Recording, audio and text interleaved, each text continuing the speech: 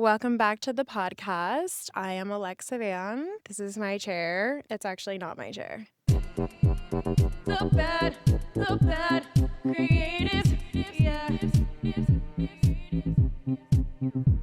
Okay, so last week we talked about feeling bad, a area of expertise, you may say, for me. And we talked about that as well as I cut off part of my head in the recording. Hopefully it's in the frame this time. I do everything myself. I'm very independent, Miss Independent, as Kelly Clarkson would call it. That's actually a great topic for today. Hyperindependence. Shout out to my mother for abandoning me. That is where I got my ability to be overly dependent on myself because I had no choice. On the outside, people may look at somebody who's really independent and think, wow, they've got it all together. They can really do a lot. There's a difference between being really independent in a way that's being able to take care of yourself and do like the basic things of life versus being hyper independent, which is independent to the extreme. That's more of what I'm talking about right now, is having a very hard time relying on other people, being able to trust other people to actually help you. That's an area in my life I have a hard time with. I have attracted relationships into my life with men who were more than willing to let me take all the blame and all the responsibility. Oh, I can do so much, so let me meet you way more than halfway, like 10 millionths of the way, and you do a little bit. But they kind of dangle this, like, what do you need me for blank? So I'm going to hold that over your head for the entirety of the relationship. And then I'll just be confused about, oh, well, I ask so much of them, that thing I pay them to do. I am a user. That's been very confusing. And I've been able to pull a bit from it really just recently. It was from first realizing what it is to be in a relationship with a cis man. Okay, this is like a hot topic right now, the male loneliness epidemic. I just want to say, first and foremost, I don't hate men. I don't think about them much at all. They're not a topic of interest in my brain. But I do find relationships and people relating to each other very interesting. As I mentioned in the last podcast, I grew up very alone and I turned to drugs and alcohol to be my mom and dad and boyfriend and all of that and to be my main thing. I was one of those girls who thought I didn't like other girls. I just only get along with men. If you're a man and you're watching this is not to deter you. Actually, I think you should listen. I think it would be very helpful for you to understand. And that's part of the issue right now with so many women pulling away from men. What we're feeling is that men are not trying to understand. They're not willing to do the work to bridge the gap between how much more we're willing to put in and how much harder we have to work. I experienced this in a relationship where it was like, I kind of needed somebody else to point it out. And once I saw it, I couldn't unsee it. He was so willing to let me be uncomfortable and bend over backwards to accommodate him so that he didn't have to leave his comfort zone. And then when I would ask for something or I would need an accommodation or even just being understood, it was completely brushed off or just like, oh, you're just controlling. You need to relax. You're being dramatic.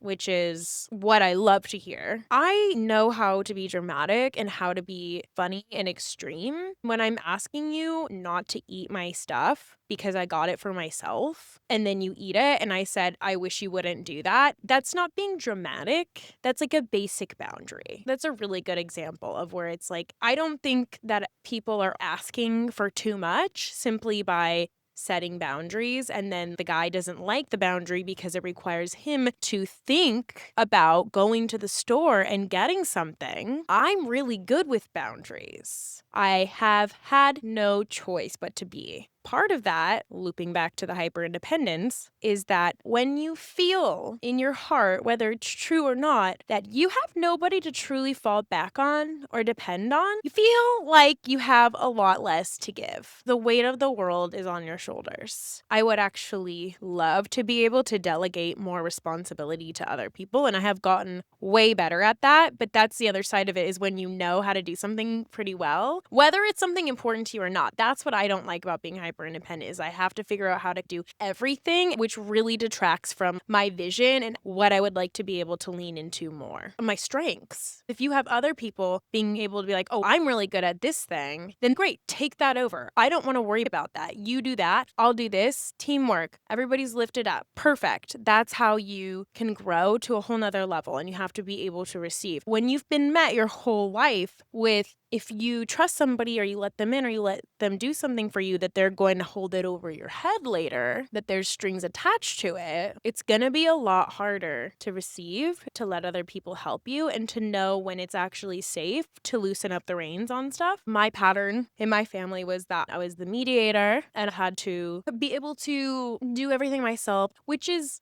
hilarious because I was a drug addict. So I was a problem. I very much could have used somebody stepping in and being like, hey, you should come home. It wasn't looking great for me out there. Dad, come get me, take me home, please. But no, I learned I'm scrappy. I went to the school of life, I guess you could say. It's fun. It was really traumatizing, but I am now very attractive and hilarious. So it's hard to know if that was really all bad. I'm fine. I turned out great. I've got my I Love Weird Girls shirt on.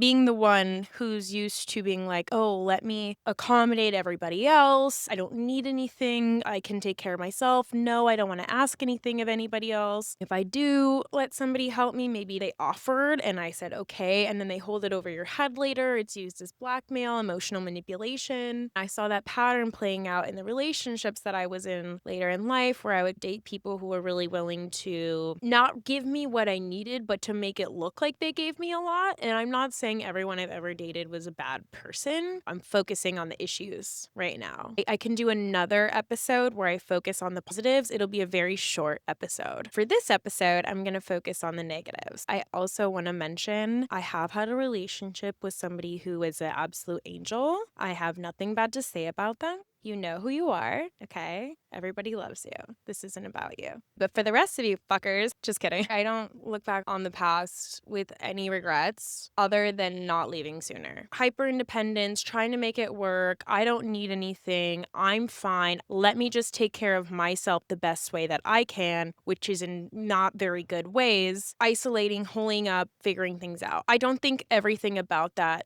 is a bad thing. I wish some people could be a little bit better at doing things. That would be cool. I think the opposite end of that, where you think you can't do anything yourself at all ever, it's also like a weird survival skill, right? So I'm not here to judge. I'm here to talk about my experience, my perspective, because I think that more people like me who are afraid to say what they're really thinking and feeling really need to speak up. The people who have the loudest voices right now need to shut the fuck up. I have a lot of male friends who I love, and they are sensitive people. They're musicians, writers, artists. They're gay, bi, or trans, or maybe secretly bi.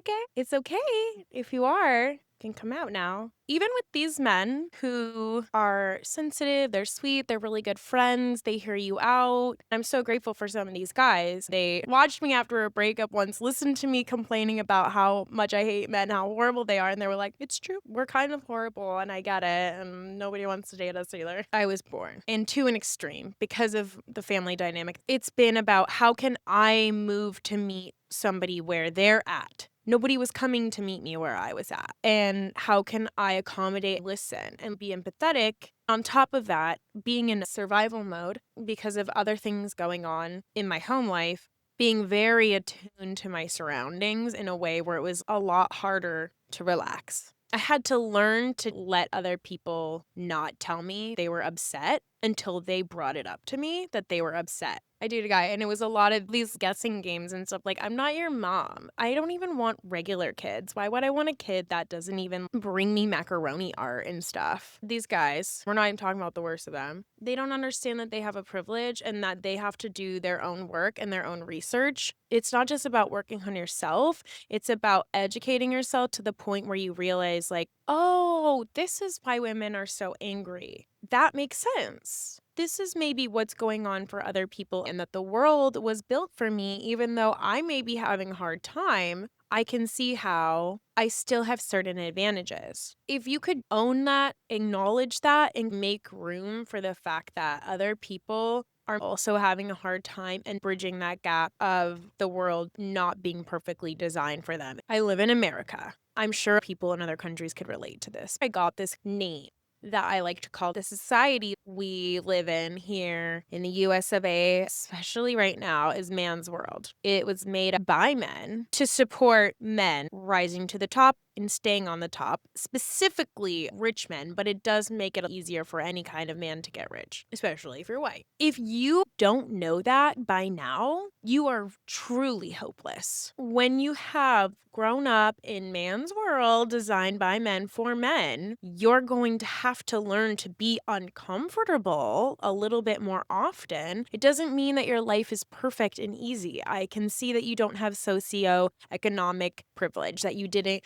grow up rich. Maybe you had a really hard childhood and you've had a lot of trauma, or maybe you also have some other things going on, some mental illnesses. There's a million reasons why things could be hard for you. I'm not dismissing that those matter. They do, but they are your responsibility at this point as an adult. They're not your female partner's responsibility. Women don't have as much of a choice but to deal with their stuff, in my opinion. And this is starting when you're really young. We have to work harder to get things. We have to work harder to get ahead. We have to work harder to make money. And then we're growing up in man's world. So I don't even know at this point how much of how I look and act and talk and feel was 100% free will. I don't know how I got to look this attractive. I don't know if I grew up living in a world of all women, if I would wear black eyeliner. But it's not just that things are a little bit easier for men to get ahead. It's that there's like really humongous roadblocks in the way to women's success, in the way to women being able to unbrainwash themselves, basically.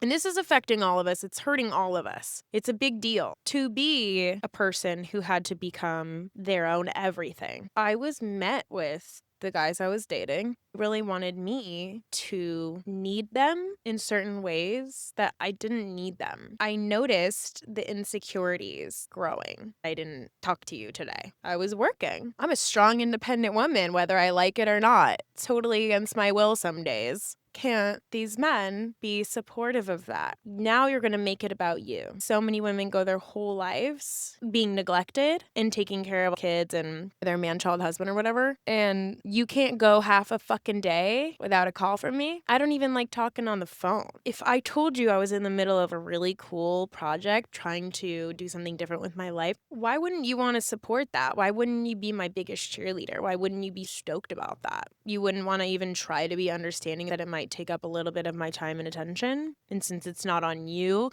there's something wrong with it. So then what I noticed is these guys would start up some kind of problem to get attention, to pull away from what I was doing. I remember when I was writing my novel, Breakfast at Sassy's, out now, I was dating somebody and I said, when I'm writing, I'm super in the zone and I would like it if when I was in the room with the door closed, just don't come in there. Just give me space. I'll come out when I'm ready. But until then, that's my place. I'm working. Treat it like work. Very clear boundary. He would come in anyway. And then he would criticize me for being upset about it. He's like, well, I tried to give you a hug and you were so stiff. Yeah, because I'm annoyed. I'm annoyed that you completely ignored what I asked you for. And now you're complaining about my reaction to you disrespecting my boundary. You've never needed a hug in the middle of the day before. Why now? Oh, because the attention's not on you. I've noticed that come out in little ways other places. It's a huge one for me. It's like if the second I'm really working on empowering and building myself up or doing something, it becomes a whole thing. That is the opposite of support. If I have to explain myself multiple times in a row and you still choose not to hear me, that's kind of on you. They didn't seem to mind letting me go again out of my way to explain something to them that was as simple as the ABCs. I didn't notice that this was an issue. I internalized it and I wondered what was wrong with me and why I was kind of cold. But wait a minute, I asked him not to and it went on and on. I genuinely tried to make all of these relationships work. work. These people made very small moves towards me, but inevitably they would say they were going to do something and didn't actually do it, which is manipulation. I got really tired of this. I didn't really want to be with anybody. I was so tired of explaining myself to people who do not care. At the end of every relationship, always being painted as the bad guy because they can't take responsibility for anything that they did, then they'd have to admit that they could have maybe tried a little bit harder.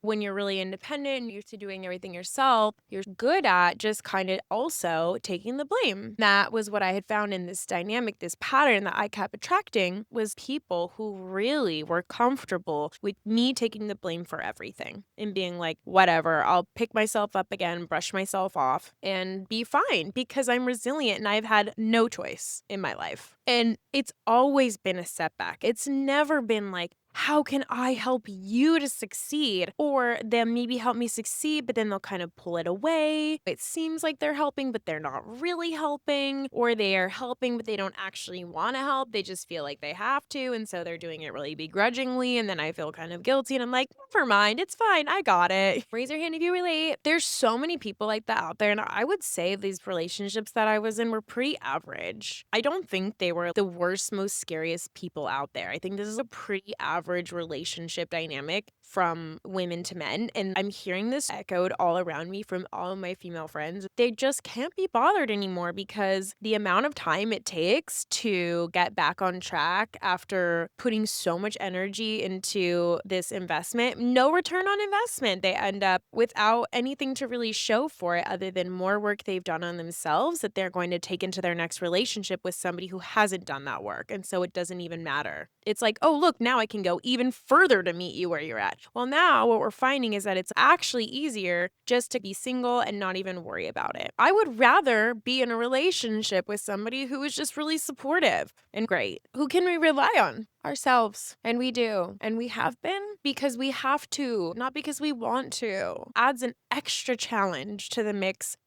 when you struggle with self-worth. Some of it can be insidious and subconscious, how it shows up in relationships, because that really gets into the nitty-gritty of who you are. In other ways, I don't want to bother somebody, being really apologetic about it. Like, it's okay if you're too busy. I totally understand. But if you do have time, can you help me build something really cool that's going to be amazing and help the world? Yes, absolutely. Then on top of it, if the support you need involves money, now you have to say, oh, I'm worth this investment. That can be really hard. One of my biggest dreams has always been to be a bajillionaire. Money was the only way that my parents were ever really able to show up for me. That ship has sailed a long time ago. Because of that, I started to believe that money meant freedom, love, happiness, support, security, and it can give you a lot of those things, but a lot of rich people don't feel like those things. They're very scarcity mindset. I thought that if I could have that much money, then I would be okay because I wouldn't need anyone else. I'd finally be okay. Does that make me greedy? No. I actually used to think that I was. Had an ex call me greedy,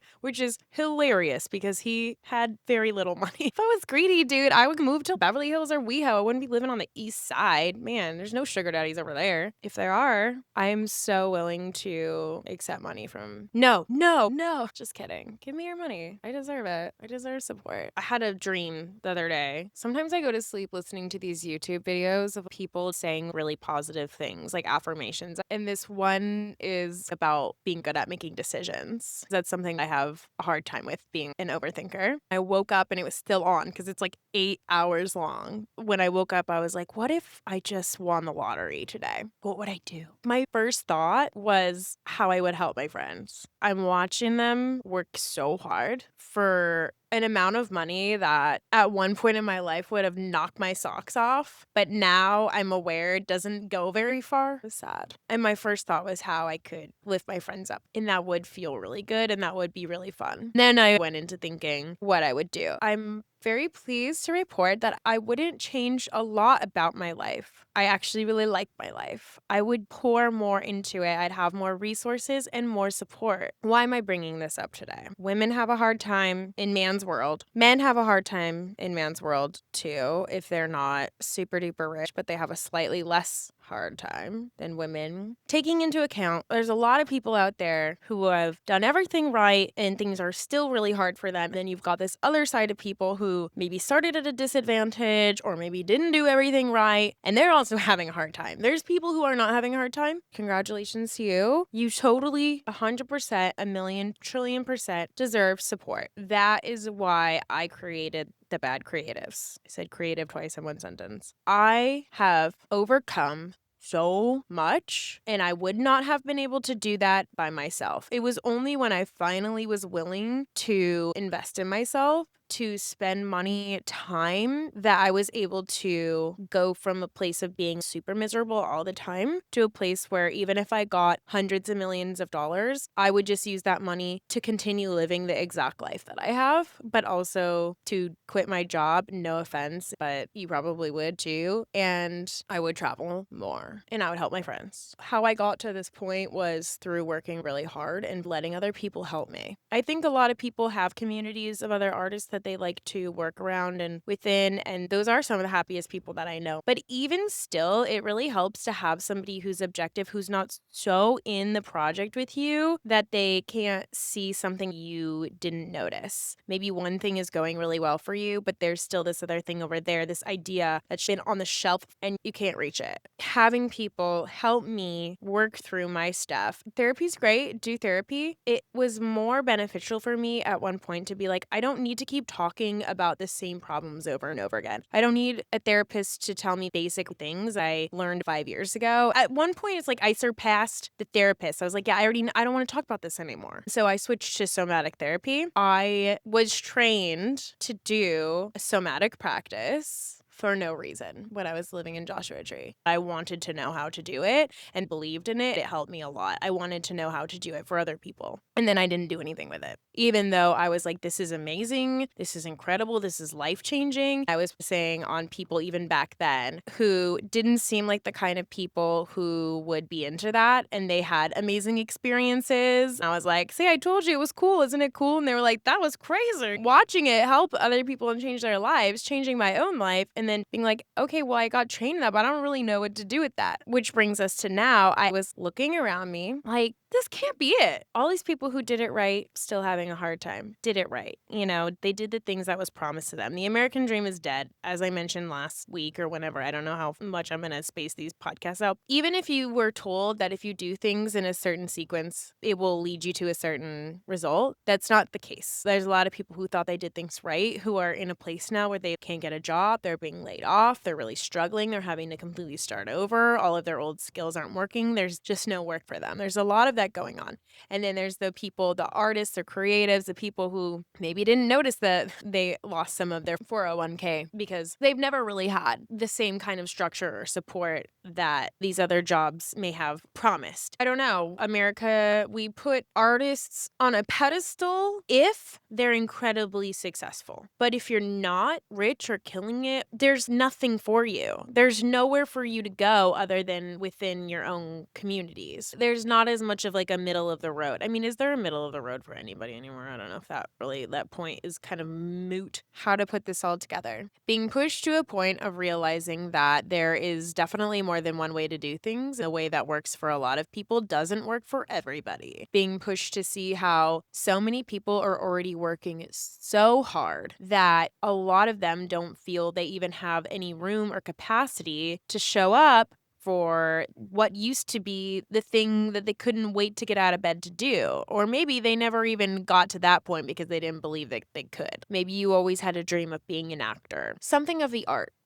Anything can fit into that category. I think sometimes when we say an artist, people think of something very specific, but I'm being general. I think it could be anything for you, even a motorcycle mechanic. If you're really into building and taking apart some of these fancy choppers I've seen, I'm like, that's art. Oh my God, I could never do that. And they paint it and they're all weird about it. That's so cute. No, I'm not going to sit on the back of that. Looks very uncomfortable, but it's very cool. It looks great. So we're left to kind of figure that out for ourselves, to get over any kind of stage fright as a singer. There's this capitalist mindset about pushing yourself without realizing that your nervous system can only push so far before it snaps back. If you push yourself too far, you could have a breakthrough, but it could also be traumatizing. It could actually make it worse. You could start to be like, I just can't go through that again. Because some people think that exposure therapy is going to help, and they don't know about individuals who already have trauma related to neurodivergence or mental illnesses. It doesn't work that way for everybody. So it does actually help to have somebody who is knowledgeable in those areas to be able to say, there's another way we could do this. The reason you even wanted to do this in the first place, because it made you feel good. Of course, we have to do things sometimes that don't feel good to break through to the other side, which feels very freeing. If you think about your life and ask yourself, would I want to do this if I knew it would never be successful in the capitalist mindset way of success? Would you still want to do it? If the answer is yes,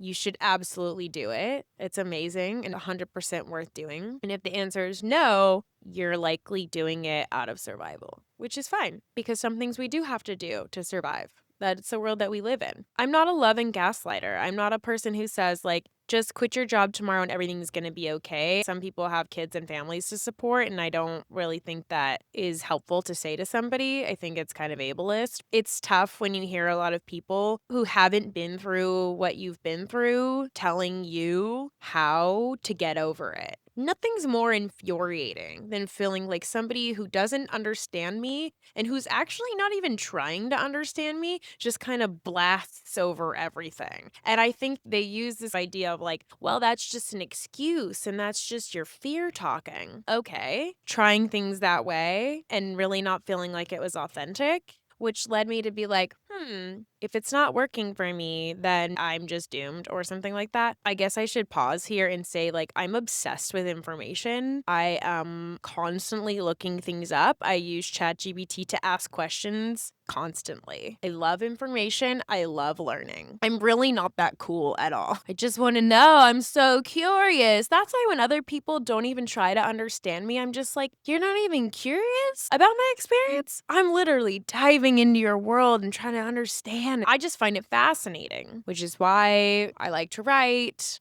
Gives you a little bit more room to get into other people's worlds. So when I was learning about myself, I thought that if I was armed with knowledge about myself, then I would better be able to see what's working, what's not, and is it because of something about me that I can fix? Remember, talked about the fixing stage of my life? When I tried to fix everything about myself that was wrong and still nothing was working, it made me go, okay, well, I'm probably autistic.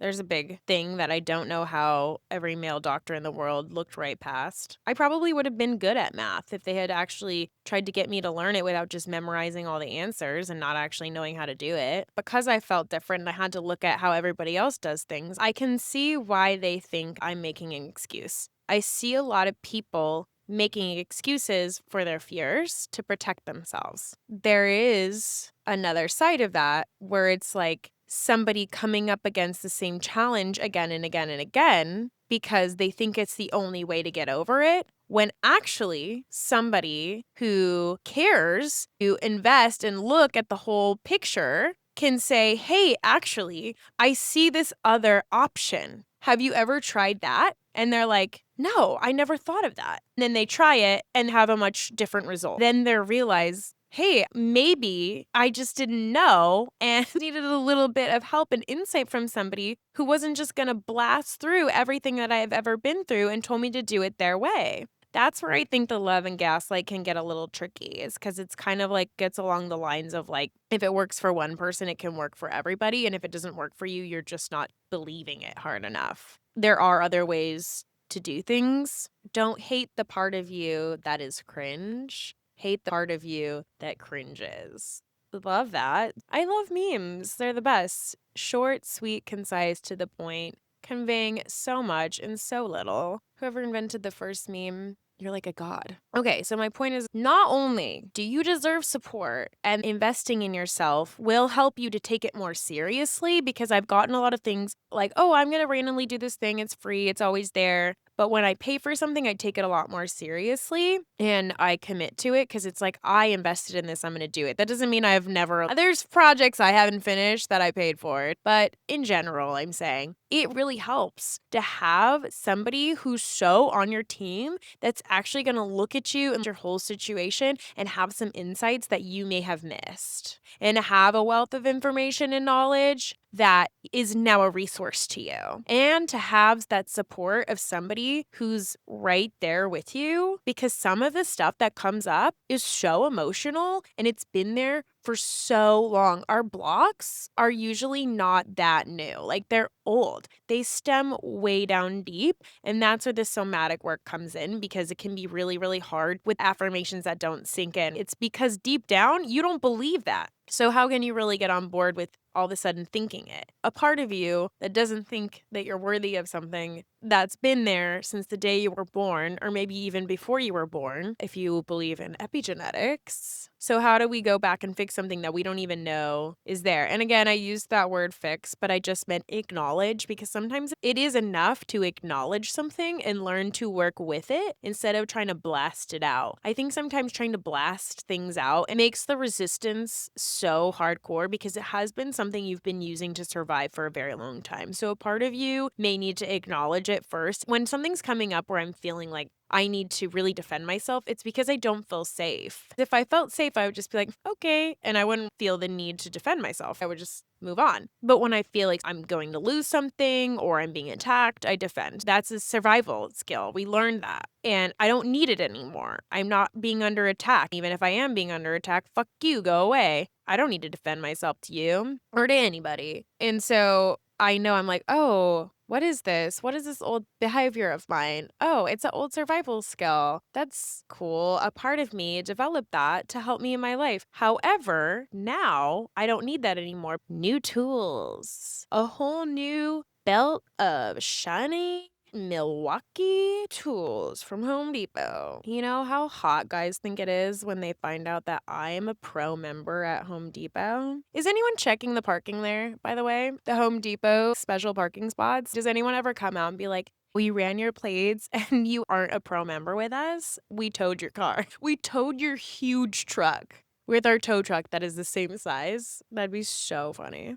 I wonder. It's definitely just for bragging rights. It's a humble brag. Home Depot pro member. Strong, independent woman. Okay, so that's my spiel. The Bad Creatives. I'm building community. I'm building support. I'm looking around me. I'm seeing like, okay, this is the most difficult I have noticed life ever being. The scariest. For me, it's even scarier than 2020 because there was at least some parts of COVID that was kind of like, okay, this is not to be insensitive. I know a lot of people got really sick and they lost loved ones. That's never a good thing. But I had a complete and utter breakthrough during the time of COVID that I never would have had. It was definitely sped up by the fact that I didn't have to be working so much at a job that was draining me. I didn't get unemployment. It was just some kind of glitch. I had no money. I moved in with my mom, who is, demonic. We had a pretty good time, though, I'm not gonna lie. My point is to say, I think right now, if you have a voice,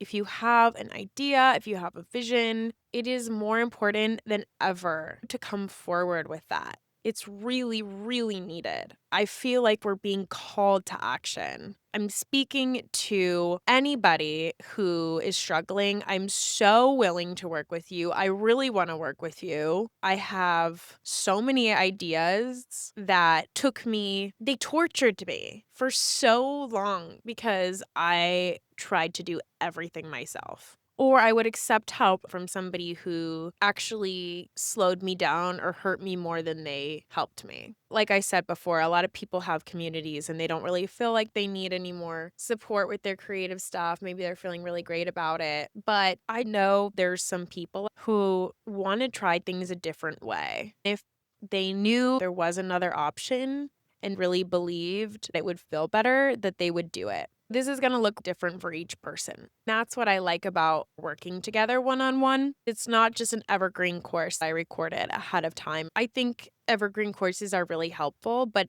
they're completely different than having somebody who's like in there with you, giving you the kind of support that makes sense to you. I censored myself for so long. I was so afraid of, I don't know. I honestly don't even know what I was afraid of, but I think it felt like a lot safer for me to just come across as one kind of way. And I'm honestly just kind of bored and tired of doing that. And I'm acting like I woke up one day and got over it. I've worked really hard to get over it. And I was pushed really far by these relationships that I've been in and living in man's world and feeling really left behind by it. And it's not, I don't want to censor myself. I don't want anybody who has something really from their heart that they want to share. We cannot let capitalism take the things from us that make life worth living. We cannot let them take our art and our creative side too. We cannot live in a survival mode so hardcore that we neglect and totally abandon the part of us that is as important as breathing. If you are a creative person, then you know that. How do you feel when your idea has been on a shelf for months? It sucks. But if you're living in a constant survival mode, even just showing up is going to feel so difficult. And if you've got some kind of neurodivergence on top of that and the way other people show up is really impossible for you, it's going to help if you've got somebody else who gets that, who's not just going to try to force you through it. Because if you can show up for it one day, but it was that hard, that's not sustainable. I'm talking sustainability. What is a structure that works for you that you can continue to show up for? And it can be flexible and grow and change with you. We're not given a lot of examples on how that works. And we're not really given the room to explore it either. Not if you've got a list of demands of daily life that you have to show up for, or you really will be screwed. Because a lot of people don't have anybody else to rely on. I'm not going to say you need to leave your relationship if it's really supportive of you and you feel really great, because I do think that it is more helpful to be in an actual supportive, loving relationship. There's a lot of science backing that can make it easier to make big changes in your life when you know you have this person on your team showing up for you, helping you out. I mean, look at all these successful men throughout history. They all have had wives, right? Taking care of stuff. So if you've got that or a version of that, that's great. But if you are in a relationship where you feel like you are constantly questioning yourself and you are in this kind of push-pull, dude, life is hard enough. Pick up a piece of paper, a pen, get out a guitar, a blank canvas, or I'm like blanking on all forms of art. I don't know, maybe becoming a stand put that energy into what you love instead, because it will nourish you, make you feel better, and lift the planet. You being stuck in this like shitty relationship with some guy who has absolutely no, and okay, girls can be crappy too, so it could go either way. If you're in a relationship with somebody who has no interest in meeting you where you're at, that's causing you to constantly feel like you don't feel confident anymore, that you don't have the energy to put into your creations, your ideas, building your life, changing your life in a positive way. If you don't have somebody who's really supportive of that, what you have is a liability. That, to loop back to the beginning, is why women are so tired of being in relationships with men who aren't willing to be a part of that. It is hard enough already. But I have never regretted putting time and effort and energy into myself, into the things that make me happy, that make the world a more beautiful place. And when you do that, you're actually feeding into the collective and you're giving other people opportunities to share with you, to collaborate with you, to bring what they're good at into the mix. And now you're lifted up even higher. I used to think like, oh, I don't want to ask all these people to do this or show up for this. I mean, they're not going to like it. And they were all just stoked to be there, just part of it because it's fun. And if you're too afraid to do that, then you're also denying those people that opportunity. And you don't know what they need. You don't know if they were going through a hard time, and maybe you really helped them out just by you doing your thing. But you're not going to be able to do that if you're at home crying on the phone because your significant other is being a jackass. But sometimes it's good to just audit your life a little bit, take stock, and go, what is nourishing me? What is uplifting me? Where do I need more help from somebody who I don't owe anything to? Where can I help myself? What's standing in my way? What can I change? What can I not change? And be really honest with yourself. Because if you can't be honest with yourself, you're pretty much screwed. You're part of the male loneliness epidemic if you can't be honest with yourself. You did it to yourself. You're too afraid to see. The cool thing, though, about this work being namely for creatives is I do think that we are very honest with ourselves. Artists mix with all different types and classes of people. We see shit, we're seeing it all. And of course, there's always those artists that really just want fame and attention, but whatever. Not every artist is a good person. There's a lot of us that have an interesting perspective that deserves to be shared. Let's give that the attention it deserves. I hope you can consider touching in with the part of you that wants to make something cool, something real, authentic, and exciting to you. What is standing in your way of doing that? And is it really standing in the way? If it is, good to know. And if it's not, you could totally get started today. Sometimes we're waiting for the perfect moment, but it's cool just to not even let yourself think about it too much and to do it right then and there. Really imperfectly, really messy, because then there's no pressure. I love it when I get asked to speak publicly at the last minute and I just don't even have time to get worried about it. It made me realize I do so much better when I don't practice, that I actually stopped preparing beforehand for all the TED Talks that I do. Thanks for tuning in. I have combined two seemingly different topics into one today in a beautiful and I hope not too confusing way. I hope that you can give yourself permission to be really bad at something that feels really, really good. The bad creatives, yeah.